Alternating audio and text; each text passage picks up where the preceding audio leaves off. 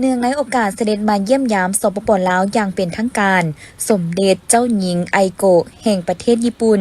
ได้ให้เกียรติเที่ยวชมสถานที่ท่องเที่ยวทางด้านวัฒนธรรมของนครหลวงจันทน์ก็คือสปป.ลาวโดยการต้อนรับของทานศิริราชทงศิลป์ทองเพ็งห้องเจ้าของนครหลวงจันทน์พร้อมด้วยคณะซึ่งเบื้องต้นได้ไปเยี่ยมชมสวนประตูไซเอกลักษณ์ของนครหลวงโดยได้ชมภาพมุมสูงของทิวทัศน์ตัวเมืองนครหลวงจันทน์จากนั้นก็ได้ไปเยี่ยมชมพระธาตุหลวงเวียงจันทน์ซึ่งเป็นปูชนียสถานที่สำคัญของชาติสมเด็จเจ้าหญิงแห่งประเทศญี่ปุ่นเดินทางมาเยี่ยมยามสปป.ลาวอย่างเป็นทางการในระหว่างวันที่17 ถึง 21 พฤศจิกายน 2025 นี้ซึ่งการเยี่ยมยามดังกล่าวมีขึ้นในท่ามกลางบรรยากาศที่2ประเทศลาวและญี่ปุ่นพร้อมเฉลิมฉลองการสร้างตั้งใส่พัวพันทางการทูตน้ำกันครบรอบ70 ปีและครบรอบ60 ปีที่รัฐบาลญี่ปุ่นได้ส่งอาสาสมัครญี่ปุ่นมาปฏิบัติหน้าที่อยู่ลาวเริ่มแต่ปี 1965 เป็นต้นมาการเยี่ยมยามครั้งนี้เป็นครั้งทำอิฐของสมเด็จเจ้าหญิงไอโกะอันได้กลายเป็นขีดหมายสำคัญทางประวัติศาสตร์อีกครั้งหนึ่งของการพัวพันหัวมือของสองประเทศและประกอบส่วนอันสำคัญเข้าในการสืบต่อเสริมขยายสายพัวพันมิตรภาพและการหัวมืออันดีงามที่มีมาแต่ดนนานของสองประเทศลาวและญี่ปุ่นให้สืบต่อเจริญงอกงามยิ่งขึ้นเหมือนดังสัญลักษณ์แห่งมิตรภาพลาวญี่ปุ่นอันมีสร้างลาวซีโตอยู่ในสวนสัตว์เกียวโตของประเทศญี่ปุ่นและมีดอกซากุระอยู่ส่วนมิตรภาพลาวญี่ปุ่นที่เมืองเวียงไซแขวงหัวพันได้เติบใหญ่และเบ่งบานให้ชาวลาวและนักท่องเที่ยวต่างชาติได้ชื่นชมตลอดระยะผ่านมารัฐบาลและประชาชนญี่ปุ่นยามใดก็ได้ให้การสนับสนุนและช่วยเหลืออันล้ำค่าแก่สปป.ลาวเป็นอย่างดีตลอดมาในโอกาสเยี่ยมยามลาวในครั้งนี้สมเด็จเจ้าหญิงไอโกะได้แสดงความประทับใจและขอบใจอย่างจริงใจต่อการต้อนรับอันอบอุ่นพร้อมทั้งรู้สึกเป็นเกียรติอย่างสูงที่ได้เยี่ยมยามสปป.ลาวในปีที่มีความหมายความสำคัญสำหรับสองประเทศญี่ปุ่นและลาวนอกจากนั้นสมเด็จเจ้าหญิงไอโกะยังได้แสดงความหวังว่าการพัวพันหัวมือระหว่างญี่ปุ่นและลาวจะสืบต่อได้รับการเพิ่มพูนคูณสร้างแนใส่เสริมขยายการพัวพันมิตรภาพอันยาวนานและการร่วมมืออันดีงามระหว่างญี่ปุ่นและลาวให้ได้รับการพัฒนายิ่งขึ้นในซุมปีต่อหน้าในวันที่19 พฤศจิกายน 2025 สมเด็จเจ้าหญิงไอโกะแห่งประเทศญี่ปุ่นได้เดินทางไปเยี่ยมยามโรงเรียนมัธยมศึกษาสมบูรณ์เวียงจันทน์โดยการต้อนรับของท่านนางดาราวรณ์กิตติพันธ์รองรัฐมนตรีกระทรวงศึกษาธิการพร้อมคณะและอำนวยการโรงเรียนครูอาจารย์และน้องนักเรียนเข้าร่วมนับแต่ปี 2015 เป็นต้นมาโรงเรียนมัธยมศึกษาสมบูรณ์เวียงจันทน์ได้เริ่มการจัดการเรียนการสอนภาษาญี่ปุ่นและเริ่มแต่ปี 2016 จนฮอดปัจจุบันโรงเรียนมัธยมศึกษาสมบูรณ์เวียงจันทน์ได้ต้อนรับครูสอนสวยภาษาญี่ปุ่นรวมทั้งหมด9ฐานและในโรงเรียนมีนักเรียนที่เรียนภาษาญี่ปุ่นประมาณ24ส่วนห้อยแต่ละปีโรงเรียนได้จัดงานสัปดาห์ภาษาศาสตร์เพื่อสร้างความเข้มแข็งใน4ทักษะการใช้ภาษาซึ่งภาษาญี่ปุ่นก็ได้รับความสนใจสูงนอกนั้นนักเรียนยังได้เข้าร่วมกิจกรรมแข่งเว้าภาษาญี่ปุ่นจัดขึ้นโดยสถานทูตญี่ปุ่นนักเรียนได้รับทุนการศึกษาเพื่อไปเรียนต่อที่ประเทศญี่ปุ่นประมาณ 2-3 คนต่อปีและได้มีโอกาสไปทัศนศึกษาที่ประเทศญี่ปุ่นประมาณ10คนต่อปีภาษาญี่ปุ่นเป็นทางเลือกที่ดีให้กับนักเรียนในการประกอบอาชีพหรือไปเรียนต่อประเทศญี่ปุ่นในอนาคตวันที่18 พฤศจิกายน 2025 แผนกโยธาธิการและขนส่งนครหลวงจันทน์ได้ออกแจ้งการเกี่ยวกับการก้าเกียมปรับเปลี่ยนทิศทางการสัญจรตาม9เส้นทางในเขตใจกลางตัวเมืองของนครหลวงจันทน์ในนั้นเนื้อในระบุว่าแผนกโยธาธิการและขนส่งนครหลวงจันทน์ขอถือเป็นเกียรติแจ้งมายังฐานรับทราบว่าโครงการขนส่งแบบยืนยงในตัวเมืองนครหลวงจันทน์พร้อมดำเนินหน้าเวียกก้าเกียมปรับเปลี่ยนทิศทางการสัญจรตาม9เส้นทางในเขตใจกลางตัวเมืองของนครหลวงซึ่งมีการจัดตั้งปฏิบัติหน้าเวียกการปูอย่างขั้วติดตั้งป้ายจราจร ป้ายเตือนป้ายกำหนดป้ายห้ามและอื่นๆติดตั้งและปรับปรุงระบบไฟจราจรแต้มเส้นจราจรและลูกศรชี้บอกทิศทางใส่พื้นถนนตามเส้นทางที่เป็นเป้าหมายปรับเปลี่ยนทิศทางการสัญจรซึ่งประกอบมีถนนแคมป์คลองเปลี่ยนเป็น2ทิศทางทูเวย์ถนนเจ้าฟ้างุมเปลี่ยนเป็นเส้นทางวันเวย์ขาเข้าถนนสีทานเปลี่ยนเป็นเส้นทางวันเวย์ทางลงถนนขุนบุลมเปลี่ยนเป็นเส้นทางวันเวย์ทางขึ้นถนนเจ้าอนุเปลี่ยนเป็นเส้นทางขาเข้าถนนฝรั่งสัวยินเปลี่ยนเป็น2ทิศทางทูเวย์ถนนหนอแก้วกุ่มมานเปลี่ยนเป็น2ทิศทางทูเวย์ถนนมันหาทูราชเปลี่ยนเป็น2ทิศทางทูเวย์ถนนต่อหน้าสถานทูตฝรั่งเปลี่ยนเป็น2ทิศทางทูเวย์เพื่อหลีกเลี่ยงความสับสนแก่ผู้นำใช้รถใช้ถนนในระยะใกล้เคียงนี้จึงนำใช้บางมาตรการคือโครงการจะปกหุ้มป้ายจราจรต่างๆที่ได้ติดตั้งสำเร็จใน9เส้นทางไว้ก่อนระบบไฟจราจรแม้นจะใช้ระบบเก่าเพื่อให้การสัญจรเป็นไปตามทิศทางปัจจุบันจุดที่มีความยุ่งยากและมีความเสี่ยงให้โครงการประสานสมทบเฮ็ดเวียกร่วมกับเจ้าหน้าที่ตำรวจจราจรเพื่ออำนวยควบคุมการสัญจรในระยะที่มีการก่อสร้างและแต้มเครื่องหมายต่างๆสำหรับผู้ใช้รถใช้ถนนในระยะนี้ให้สัญจรตามทางทิศทางเดิมและปฏิบัติตามป้ายจราจรที่มีในปัจจุบันสำหรับวันและเวลาที่จะเริ่มจัดตั้งปฏิบัติการปรับเปลี่ยนทิศทางสัญจรตาม9เส้นทางที่กล่าวมานั้นแผนกโยธาธิการและขนส่งนครหลวงจันทร์จะออกแจ้งการให้ทุกภาคส่วนทราบตามภายหลัง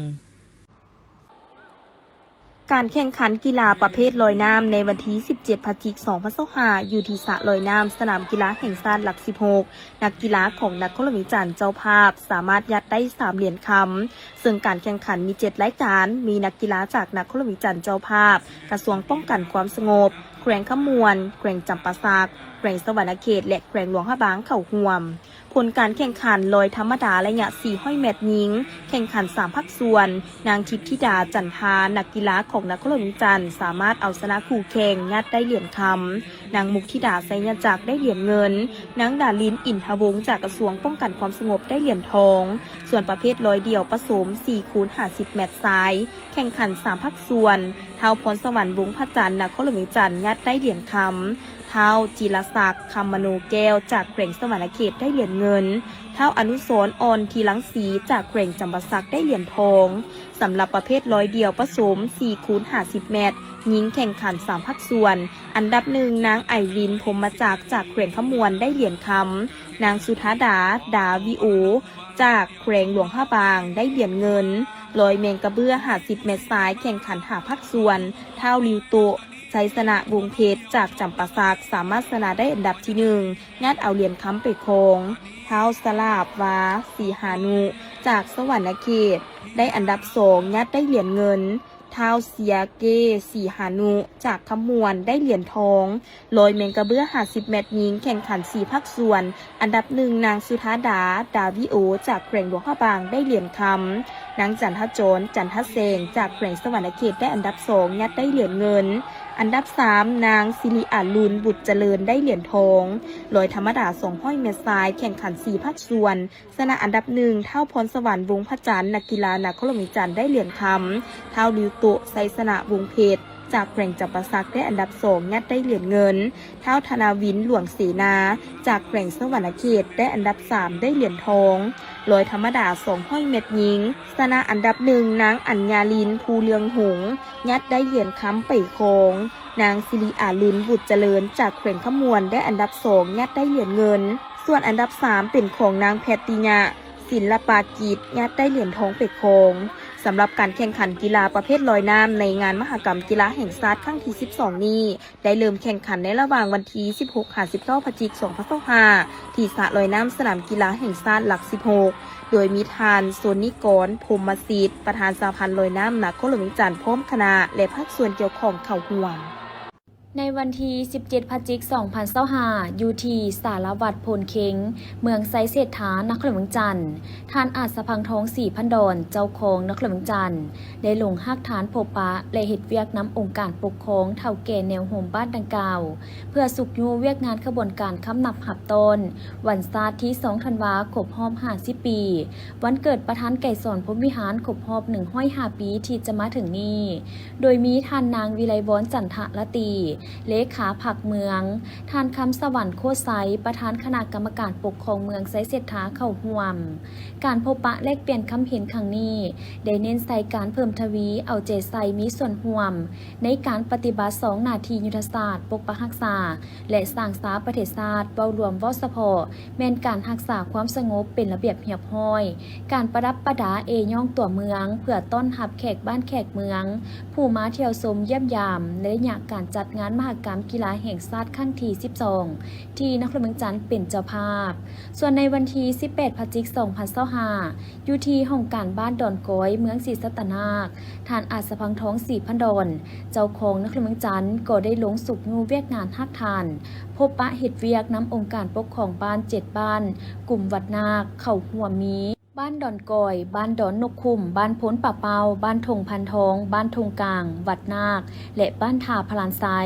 ทั้งนี้เพื่อสุกโยขบวนการหอบดานเพื่อกักแกมเสลิมสลองวันศาสตร์ที่ 2 ธันวาคมรอบ50 ปีและวันเกิดประธานไก่สอนพรหมวิหารครบรอบ105 ปีซึ่งมีทานธินกรทองคำประธานคณะกรรมการปกครองเมืองศรีสัตนาคและบรรดาแผนกการอ้อมข้างนครเมืองจันทน์เข้าร่วมกองประชุมจัดขึ้นในวันที่ 19 พฤศจิกายน 2025โดยภายใต้การเป็นประธานของท่านท้องอินคำสมปองประธานสภาการค้าและอุตสาหกรรมแขวงอุดมไซเข้าร่วมมีท่านบุญคงลาดเจียมพรเลขาคณะบริหารงานพรรคแขวงอุดมไซท่านอุเดชสุวรรณวงศ์ประธานสภาการค้าและอุตสาหกรรมแห่งชาติลาวมีหัวหน้าแผนกผู้แทนกองประชุมจากแผนกการส่องกองมาสการปกส.องค์การเทียบเท่าขันแขวงเข้าร่วมกองประชุมได้ตีราคาคืนผลงานและด้านอ่อนข้อคงข้างในการเคลื่อนไหวปฏิบัติเวียกงานตลอดระยะที่ผ่านมาสภาการค้าและอุตสาหกรรมในน้ำเป็นขวดต่อการผัวพันประสานงานระหว่างภาครัฐและภาคธุรกิจเพื่อส่งเสริมและพัฒนาเศรษฐกิจให้มีความเข้มแข็งด้วยการพันขยายและจัดตั้งปฏิบัติแผนยุทธศาสตร์6 เสาคำของสภาการค้าและอุตสาหกรรมแห่งชาติลาวมาเป็นแผนพัฒนาสภาการค้าและอุตสาหกรรมแขวงอุดมไซผ่านมาได้ออกหนังสือยั่งยืนแหล่งดำเนินสินค้าทั้งหมด 5,644 สูตรปริมาณสินค้าส่งออก570 ล้านกว่ากิโลมูลค่า 4,591 ล้านกว่าดอลลาร์ในนี้ได้ส่งออกสป.จีน 5,544 สูตรปริมาณสินค้า548 ล้านกิโลส่งออกสสเวียดนาม100 สูตรปริมาณสินค้า22 ล้านกว่ากิโลและสนิทแป้งมันต้นยางพาราสาลีพืชตระกูลถั่วหมากไม้กล้วยหมากโมมันด่างสาน้ำผึ้งงัวและอื่นๆพร้อมนี้กองประชุมได้วางทิศทางแผนพัฒนาระยะ5 ปีสร้างและพัฒนาหัวหน่วยวิสาหกิจตามทิศสร้างเศรษฐกิจเอกราชเป็นเจ้าตนเองสามารถแข่งขันและกลายเป็นกำลังแห่งยู่มูลการพัฒนาเศรษฐกิจสังคมแต่นี้ฮอด 2035 พันขยายวิสัยทัศน์ฮอดปี 2030 และจะตั้งปฏิบัติ4ใจกลางพัฒนาฮอดปี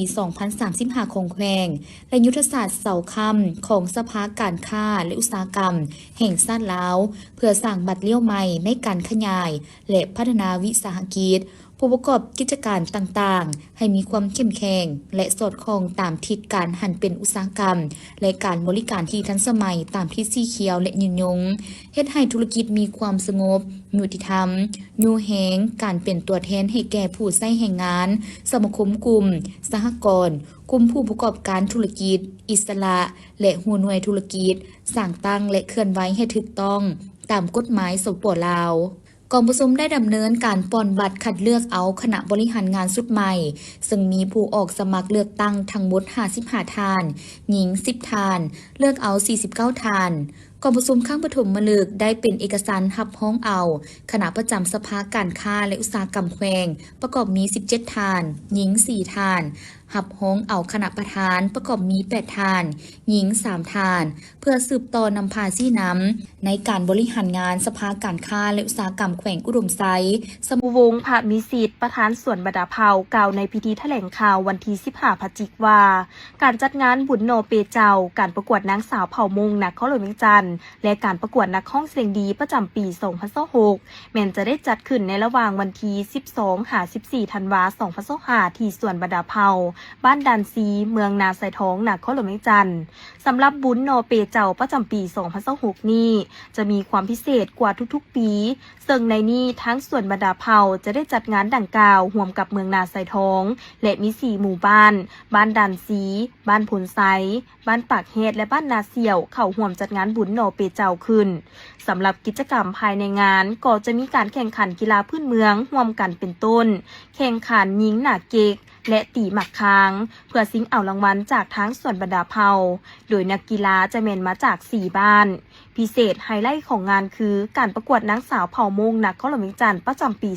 2026มาลุ้นไปน้ำกันว่าไผ่จะได้ครองตำแหน่งมงกุฎสายสะพายและเงินรางวัลหลายกว่า100 ล้านกีบนอกจากตำแหน่งนางสาวเผ่ามงนักข้อหลวงเวียงจันทร์แล้วน้องๆจะได้ร่วมกิจกรรมหลายอย่างทางสังคมคือ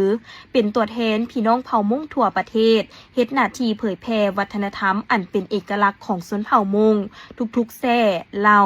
ออกไปสู่สายตาของชาวโลกซึ่งจะสวยสร้างชื่อเสียงให้กับสาธารณรัฐประชาธิปไตยประชาชนลาวผ่านเวทีนี้เป็นตัวแทนนางสาวงามร่วมกับกลุ่มบริษัทคำภูวงศ์ศูนย์กลางแนวลาวสั่งชาติเมืองนาไซทองและภาคส่วนนักธุรกิจอื่นๆเหตุกิจกรรมปลุกระดมทุนช่วยซ่อมแปลงสร้างโรงเรียนให้กับเด็กน้อยที่อยู่เขตทางไกลศอกลีกสิ่งที่สำคัญที่สุดจะส่งผลให้น้องๆซอกหาเวียกเหตุงานทำง่ายขึ้นมีคุณภาพชีวิตของน้องๆดีขึ้นมีความเข้าใจในการดำรงชีวิตและยังมีอีกหลายๆกิจกรรมที่ติดพันกับการช่วยเหลือสังคม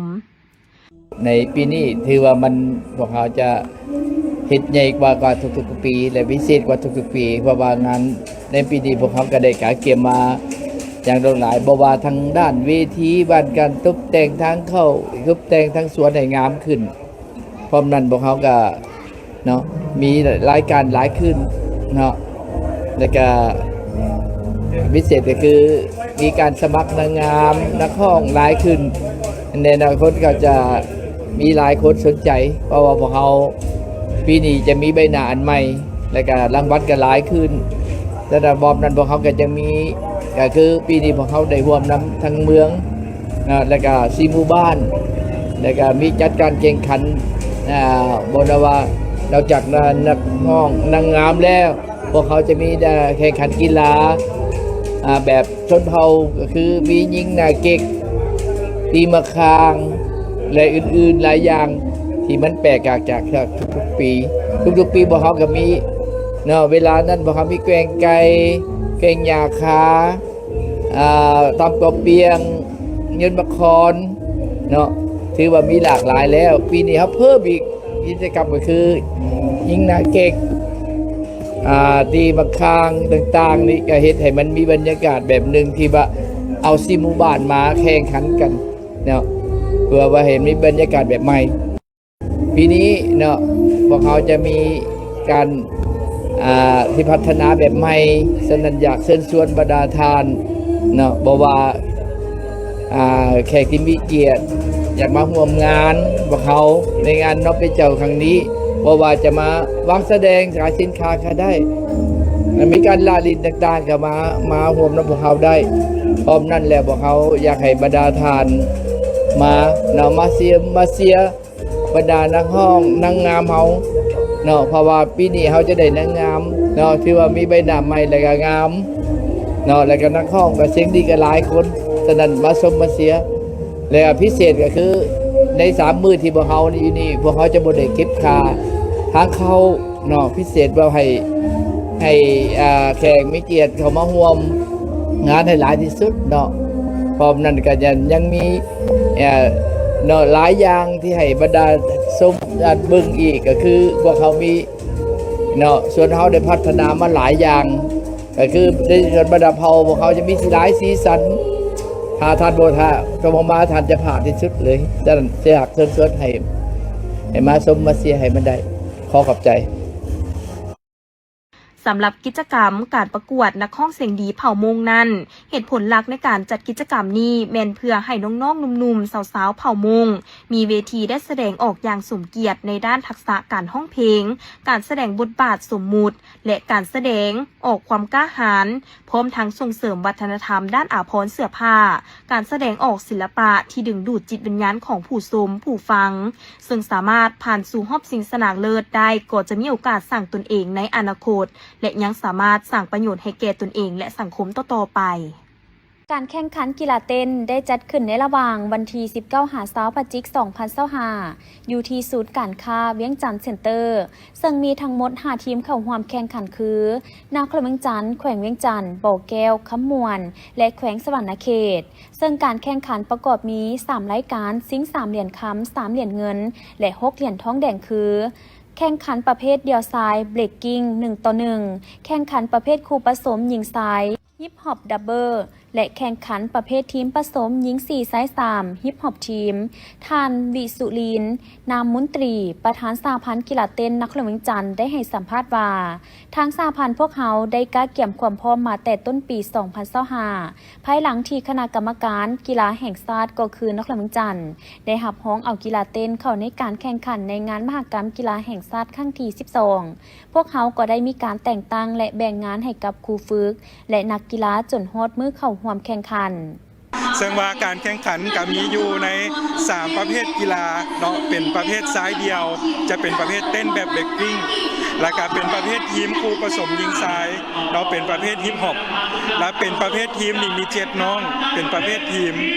ซึ่งว่าอยู่ในนี่พวกเขาก็ได้นำใช้ทักษะอยู่ในการนำใช้บทเพลงกีฬาเป็นลวดลายและก็ท่าทางมีอย่างต่างๆเพื่อให้ปรับความสมดุลของร่างกายให้มีความสอดคล้องสำหรับประเภททีมกับแมนแข่งขันเบิ่งว่าท่าทางของทีมเป็นจังไดมีความพร้อมเพรียงแนวใดซึ่งว่าในมื้อนี้เนาะมี5แขวงพวกเขาได้เข้าร่วมกันก็มีนครหลวงเวียงจันทร์มีแขวงเวียงจันทร์มีแขวงสวรรณเขตแขวงคำม่วนและก็แขวงบ่อแก้วที่ได้ร่วมแข่งขันซิ่งเหรียญคำในมื้อนี้ซึ่งว่าอีกบ่พอเท่าใดนาทีนี้พวกเขาก็จะได้ติดตามรับชมและก็เบิ่งผลของการแข่งขันไปนำกันว่าผู้ใดสิเป็นเจ้าเหรียญคำสำหรับสหพันธ์กีฬาเต้นของนครหลวงเวียงจันทร์หรือว่าทีมนครหลวงเวียงจันทร์แม่นพวกเขาได้ส่งเข้าทั้งหมดแม่นกีฬาอยู่ใน3ประเภทแม่น12น้องรวมทั้งผู้ฝึกและก็นักกีฬาซึ่งว่าอยู่ในนี้ก็คือที่ได้บอกไปเนาะมีซ้ายเดียวแม่นมี2น้องแล้วก็มีประเภทคู่ผสมยิงซ้ายมี2น้องแล้วก็มีประเภททีมรวมฮิปฮอปแม่นมี7น้องเจ้าสำหรับการสนับสนุนเป็นต้นกับผู้สนับสนุนหลักเนาะคือที่บรรดาทานได้เห็นอยู่ในสื่อข่าวอย่างต่างๆครับเป็นต้นมีหลายผลิตภัณฑ์แต่ว่าอยู่ในคอร์สของการฝึกซ้อมนี่ก็แม่นพวกเขาได้นำใช้งบประมาณของสหพันธ์ที่มีคลังแฮอยู่แล้วเป็นการกระตุกสุกนิ้วภายในแล้วก็สร้างความเข้มแข็งให้บรรดานักกีฬาเองเพื่อที่จะสร้างกำลังใจเข้ามาสู่ซิงไซเอาในมหกรรมกีฬาแห่งชาติครั้งที่12ในมื้อนี้จ้ะสรุปผลการแข่งขันกีฬาเต้นได้คือประเภทเดี่ยวซ้ายเบรกกิ้ง1-1เหรียญค้ำแมนทีมสวรรณเขตเหรียญเงินแมนนครเวียงจันทร์และเหรียญทองแดงแมนแขวงสวรรณเขตและขมวนประเภทเต้นคู่ผสมยิงซ้ายฮิปฮอปดับเบิล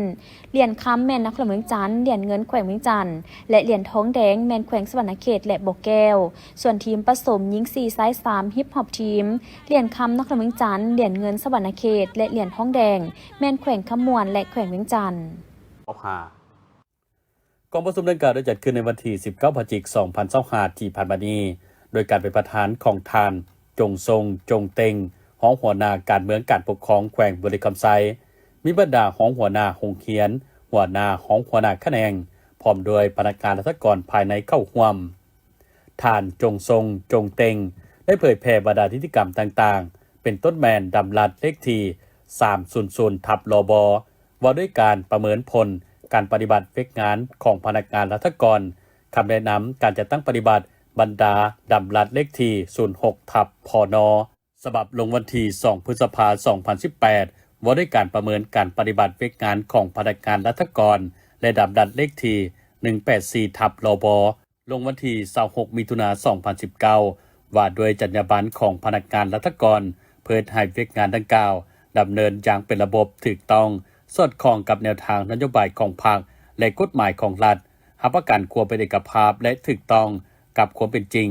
ในสาเหตุให้เวกงานประเมินผลและคุ้มครองผล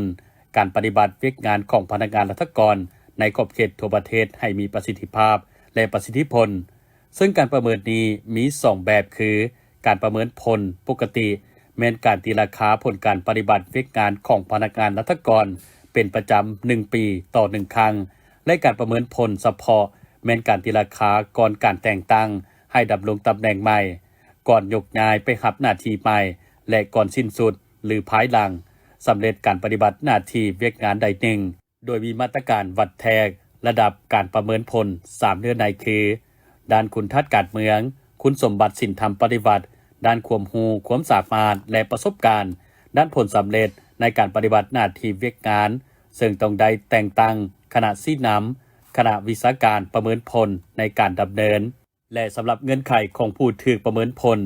ต้องเป็นรัฐกรสมบูรณ์ที่ประจำการอยู่ภายในประจำการปกติอย่างน้อย9 เดือนของหอบการประเมินก่อนการแต่งตั้งก่อนการยกย้ายหรือสำเร็จเวกงานใดหนึ่งและบ่ได้อยู่ในระยะถึงมาตรการทางวินัยและการค้า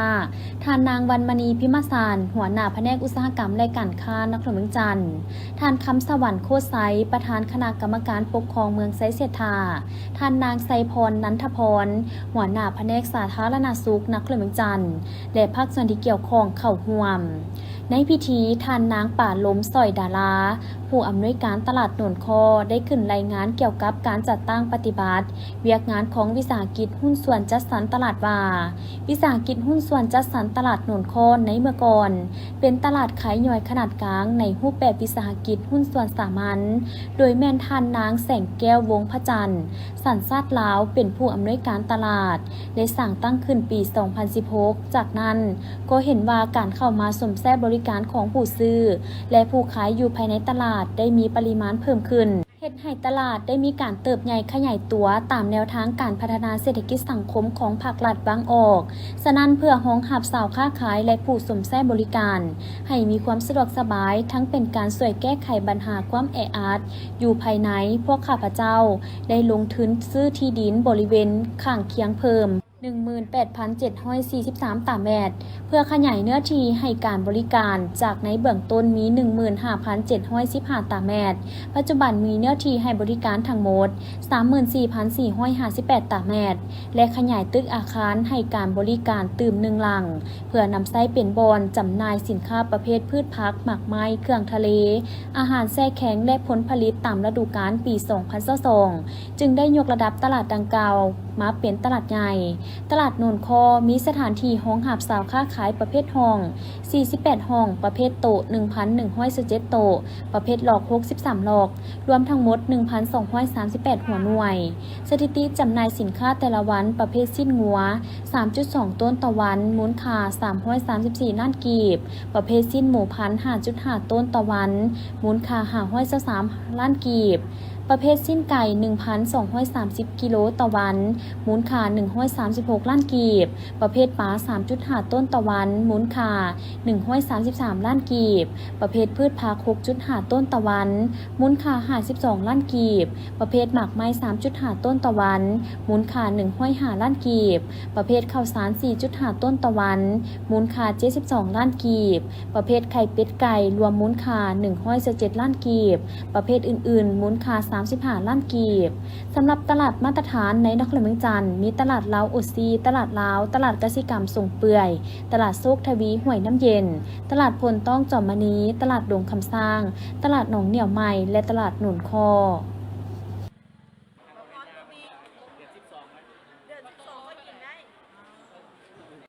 ในพิธีเปิดงานมหกรรมกีฬาแห่งชาติครั้งที่ 12 ที่นครหลวงเวียงจันทร์ได้มีการแสดงโดดจ้องจากนักโดดจ้องที่มีความเชี่ยวชาญจากทีมโดดจ้องกองห้อย 306 กองพันใหญ่ 703 กองบัญชาการทหารอากาศในนี้รอบที่ 1 ประกอบมี 3 สหายโดดในความสูง 2,000 เมตร ผู้ที่ 1 ห้อยโทเอียนพันทองถิ่นกำเนิดแขวงไซสมบูรณ์เป็นผู้นำทุงซาดลงมาผู้ที่ 2 ห้อยโทติกสุรินทองถิ่นกำเนิดเมืองซ้ำเหนือแขวงหัวพันเป็นผู้นำทุงสัญลักษณ์สัตว์นำโชคลงมาผู้ที่ 3 ห้อยตีเอิบน้อยมณีวงศ์ถิ่นกำเนิดเมืองซ้ำเหนือแขวงหัวพันเป็นผู้นำทุงค้ำขวัญของงานมหกรรมกีฬาแห่งชาติลงมาส่วนรอบที่ 2 ประกอบมี5สหายซึ่งเป็นนักโดดจองเพศหญิงโดดในความสูง 2,000 เมตรประกอบมีทุงทิวโดดเป็นรูปเลี้ยนแถวกันผู้ที่ 1 ห้อยตีนางบิต้านันทบัวละสีถิ่นกำเนิดบ้านเคืองเมืองภูกูดแขวงเสียงขวางผู้ที่ 2 ห้อยตีนางสุภาพรอินพรหมวงศ์ถิ่นกำเนิดเมืองแปกแขวงเสียงขวางผู้ที่ 3 ห้อยตีนางคำมีจันดาราถิ่นกำเนิดเมืองคำแขวงเสียงขวาง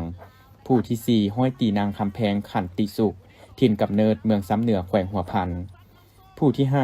10 เอกนางคอนแก้ววิไลกรถิ่นกำเนิดเมืองน้ำบากแขวงหลวงพระบางสำหรับรอบที่ 3 ประกอบมี5สหายโดดในความสูง 2,000 เมตรประกอบทุงทิวโดยเป็นรูปแถวเลี้ยงกันผู้ที่ 1 วิรกร